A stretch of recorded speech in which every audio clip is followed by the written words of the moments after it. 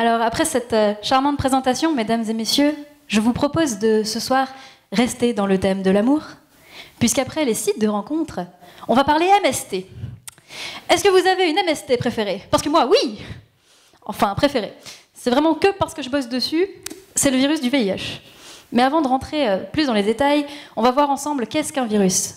Un virus, c'est une entité qui, contrairement à une bactérie, a besoin d'un hôte pour survivre et se reproduire à ses dépens en pompant toute son énergie. Fainéant mais efficace. Tellement efficace que les virus, on en entend parler chaque année. Et pourtant, quand on regarde de plus près, un virus, c'est loin d'être vraiment impressionnant. C'est tout petit, c'est une enveloppe qui contient quoi? 3-4 protéines, une molécule d'ADN, le mode d'emploi de la vie. Et du coup, le virus, il n'a besoin que de ça. Il pénètre dans votre organisme, il va se munir de ce fameux mode d'emploi, caché au fond de sa poche, roulé en boule, et le temps qu'il le sorte et qu'il le déplie, c'est trop tard. Vous êtes malade et vous n'avez rien vu venir.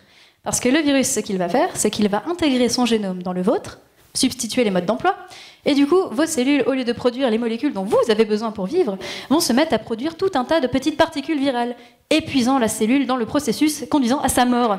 Et l'inconvénient dans le virus du VIH, c'est que les cellules qu'il cible, ce sont les cellules immunitaires, celles qui sont censées nous protéger globalement des maladies, des infections et de la mort aussi. Et lorsque le système immunitaire ne peut plus accomplir son rôle, c'est à ce moment-là qu'on parle de stade SIDA, c'est-à-dire immunité déficiente acquise. Et alors, c'est quoi mon rôle à moi dans cette affaire? On se le demande. Alors moi, à la base, je voulais faire médecine, mais j'ai raté. Mais ça va, hein, je le vis bien, je le vis bien.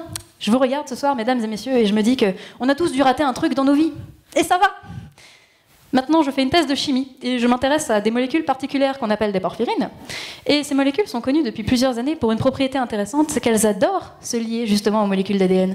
En particulier lorsque cet ADN est replié sur lui-même dans des structures de repliement qui servent de point de signalisation au génome viral. Pourquoi c'est intéressant? Est-ce que vous vous rappelez de ma boulette de papier de tout à l'heure? Si je file la métaphore jusqu'au bout et que je dis que les cellules sont des photocopieuses à virus, je suis quasiment sûre que personne ici n'a déjà réussi à photocopier une boulette de papier. Eh bien, vous savez quoi? Pour le génome viral, c'est exactement la même chose. Lorsque mes porphyrines viennent interagir avec les structures de repliement du génome viral, eh bien, il s'avère que cette interaction est tellement forte que le génome ne peut plus se déplier. Et s'il ne peut plus se déplier, il devient illisible pour nos cellules. Et ça désactive complètement le mécanisme d'action du virus.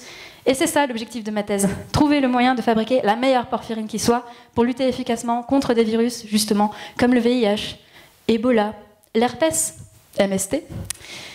Et du coup, pour conclure sur une note somme toute un peu plus poétique, il n'y a pas besoin de faire médecine pour devenir docteur. Merci.